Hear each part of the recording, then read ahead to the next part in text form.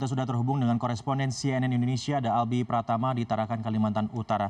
Albi, pasca pertempuran kelompok Abu Sayyaf dengan militer Filipina, dikabarkan bahwa 10 WNI ini dalam kondisi yang baik saat ini. Dari mana informasi ini bisa dikonfirmasi, Albi?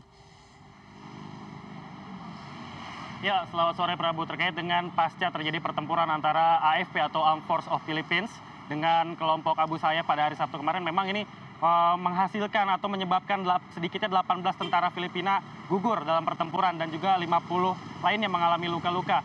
Dan Prabu, hal ini terjadi dikarenakan dari keterangan yang saya dapatkan dari perwira tinggi AFP sendiri, yaitu Jenderal Hernando Iriberry, yang menyatakan bahwa pertempuran yang terjadi pada hari Sabtu lalu memang adalah hal-hal yang tidak bisa diduga, karena saat terjadinya pertempuran tersebut, pasukan AFP berada di kawasan yang lebih rendah jika dibandingkan dengan kelompok Abu Sayyaf yang berada di dataran lebih tinggi.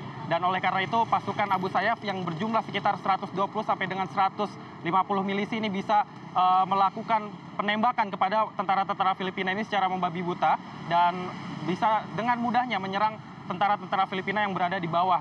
Dan hal tersebut juga terjadi selama kurang lebih 10 jam waktu setempat, di mana pertempuran dimulai sekitar pukul setengah 8 pagi sampai dengan hampir pukul 6 sore.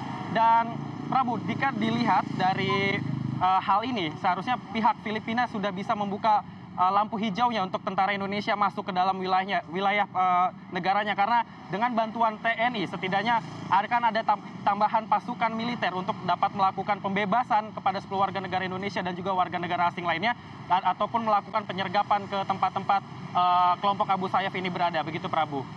Ya, tapi sejauh ini kan masih belum ada lampu hijau tersebut, Albi. Nah, sikap dari militer Indonesia sendiri seperti apa dengan adanya peristiwa 18 militer personil Filipina tewas, begitu bagaimana TNI di sana bersikap terhadap hal ini? Ya Prabu, 18 prajurit Filipina yang tewas ini adalah sesuatu hal yang besar dikatakan oleh perwira tinggi Filipina, dan tanggapan dari Tentara Nasional Indonesia yang berada di Tarakan ini yang tergabung dalam pasukan pemukul reaksi cepat mengatakan bahwa mereka turut berduka cita sesama prajurit atas wafatnya atau gugurnya 18 tentara dari Filipina dan juga sedikitnya 50 lainnya mengalami luka-luka. Hanya saja dari keterangan yang saya dapatkan dari Kapendam 6 Mula Warman, Kolonel Andi Gunawan menyatakan bahwa ini bisa saja menjadi salah satu gambaran bagi Tentara Nasional Indonesia bahwa betapa kuatnya kelompok Abu Sayyaf ini, dan juga mereka dipersenjatai oleh senjata-senjata yang bukan sembarangan, dan ini bisa menjadi salah satu acuan untuk mengatur strategi militer Indonesia jikalau nantinya benar-benar pihak Filipina memberikan izin kepada pemerintah Indonesia untuk menerjunkan militernya, membantu pihak Filipina melakukan aksi penyelamatan kepada warga negara Indonesia dan juga warga negara asing lainnya, ataupun melakukan penyergapan. Dan ini benar-benar bisa dijadikan cermin bagi Indonesia untuk waktu kedepannya jika memang Filipina sudah memberikan lampu hijau. Begitu Prabu. Tapi sejauh ini bagaimana persiapan TNI di sana, Albi? Dan juga bagaimana dengan status uang tebusan yang diminta? Seperti apa sikap pemerintah berkaitan dengan hal ini? Ya, Prabu, terkait dengan kesiapan dari pasukan pemukul reaksi cepat yang tergabung dari beberapa korps pasukan elit Tentara Nasional Indonesia yang berada di Tarakan ini, memang mereka sudah siap sedia sejak 2 minggu yang lalu.